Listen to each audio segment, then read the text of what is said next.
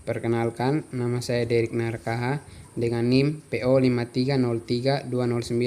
5303-209-220966 dari kelas tingkat 1 PPNB. Di sini saya akan mempresentasikan mengenai genetika manusia. Oke, kita masuk apa itu genetika. Genetika berasal dari bahasa Yunani yaitu geno, yang berarti melahirkan. Adalah cabang ilmu biologi yang mempelajari pewarisan sifat gen pada organisme maupun suborganisme. Yang dipelajari dalam genetika yaitu gen, kromosom, dan asam nukleat, DNA maupun RNA. Lalu apa itu gen? Gen adalah unit terkecil pembawa sifat yang terbentuk dari barisan basa DNA. Berdasarkan sifatnya, gen dibagi menjadi 3. Yang pertama gen dominan yang biasa disimbolkan dengan huruf kapital. Lalu gen semidominan yang biasa disimbolkan dengan perpaduan antara huruf kapital dan huruf kecil. Lalu gen resesif yang disimbolkan dengan huruf kecil. Lalu apa itu kromosom? Kromosom adalah suatu struktur makromolekul yang tersusun dari DNA dan molekul lain yang berisi informasi genetik.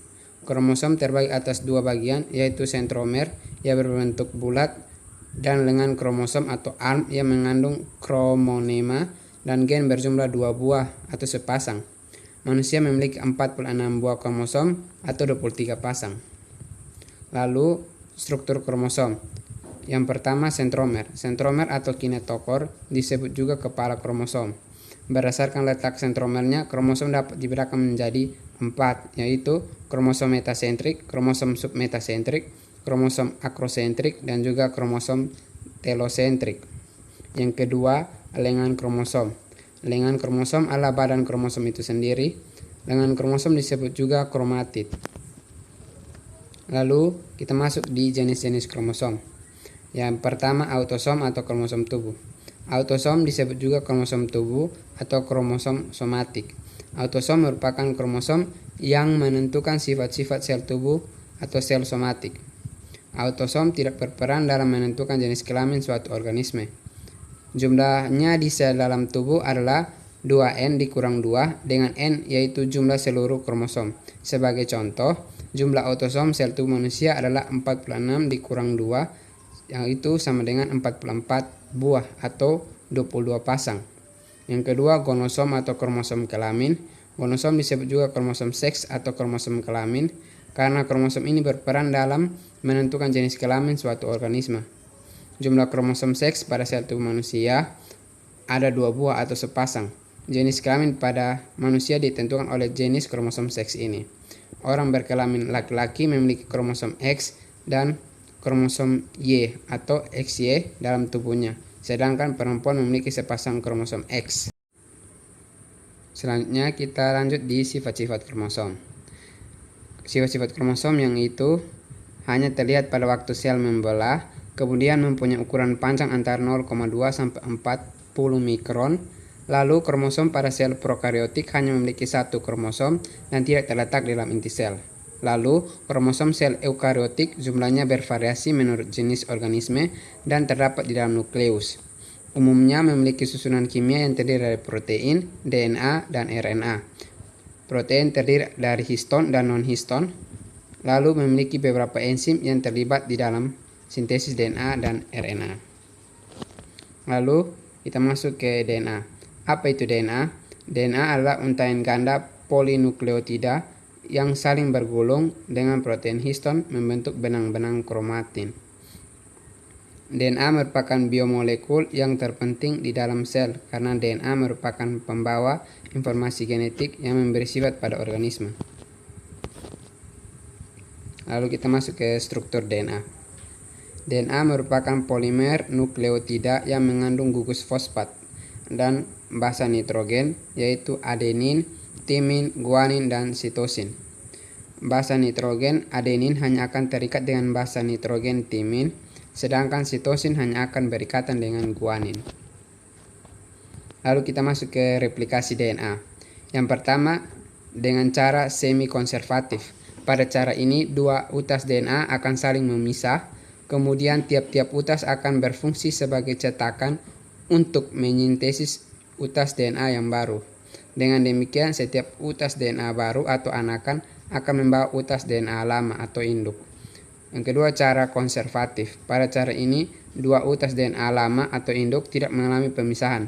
Namun keduanya dapat membuat DNA double helix yang baru, sehingga pada akhir replikasi akan membentuk dua DNA double helix. Yang ketiga, cara dispersif. Pada cara ini, utas DNA induk akan terputus-putus. Kemudian segmen-segmen utas DNA induk tadi akan bergabung dengan segmen-segmen utas DNA yang baru, sehingga pada akhir replikasi juga dihasilkan dua DNA double helix. Baik, selanjutnya kita lanjut ke RNA. Apa itu RNA? Ribonucleic acid atau asam ribonukleat atau RNA dapat dijumpai di dalam inti sel atau di dalam sitoplasma. RNA merupakan rantai polinukleotida berutas tunggal dan pendek. RNA tersusun atas gugus fosfat, ribosa, dan basa nitrogen. Basa nitrogennya terdiri atas golongan purin yaitu adenin dan guanin, serta golongan pirimidin yaitu sitosin dan urasil. Jenis-jenis RNA.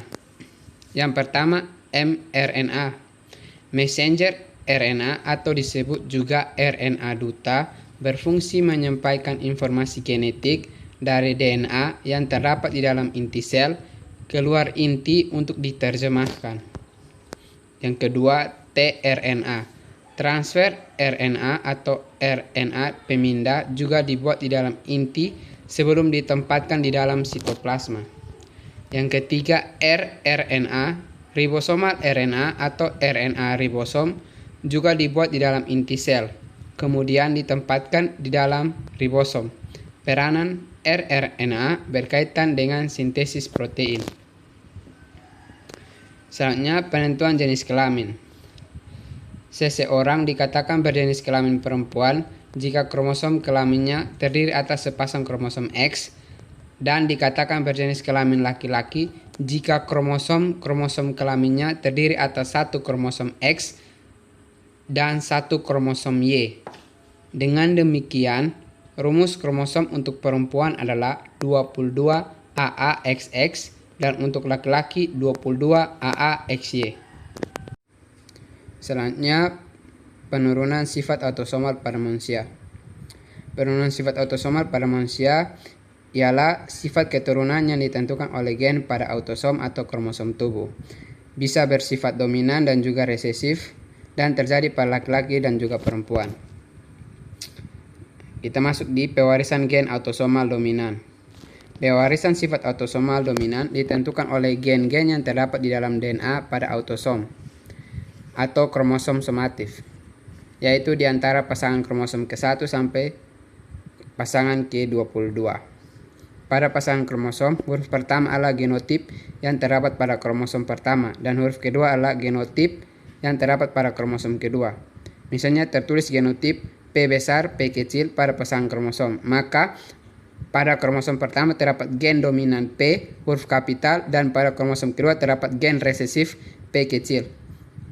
Untuk genotip P besar pada kromosom pertama maupun kromosom kedua terdapat gen dominan. Sedangkan untuk genotip P kecil pada kromosom pertama maupun kedua terdapat gen resesif. Pewarisan sifat jenis ini diturunkan oleh genotip dominan atau huruf kapital. Apabila genotip dominan ini ada, maka sifat tertentu yang diturunkan akan muncul fenotipnya atau sifat yang tampak. Sebagai contoh, jika ada satu gen dominan P huruf kapital saja, misalnya genotip P besar, P kecil, maka sifat yang diwariskan akan muncul, karena gen dominan ini akan mendominasi dan menutup gen resesif. Jika pasangan berupa gen resesif semuanya, misalnya P kecil, barulah sifat yang dipengaruhi oleh gen resesif ini akan muncul.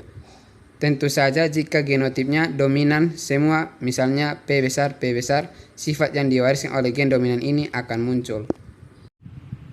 Selanjutnya kita masuk di pewarisan sifat autosomal resesif.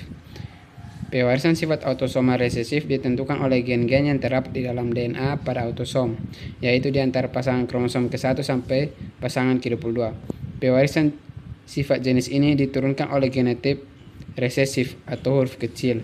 Apabila genotip dominan ada, maka sifat tertentu atau fenotip yang diturunkan oleh gen resesif tidak muncul karena didominasi oleh gen dominan. Sebagai contoh, jika gen resesif B kecil berperan menempatkan fenotip mata biru, sedangkan kita memiliki genotip B besar B kecil, maka mata kita tidak akan berwarna biru.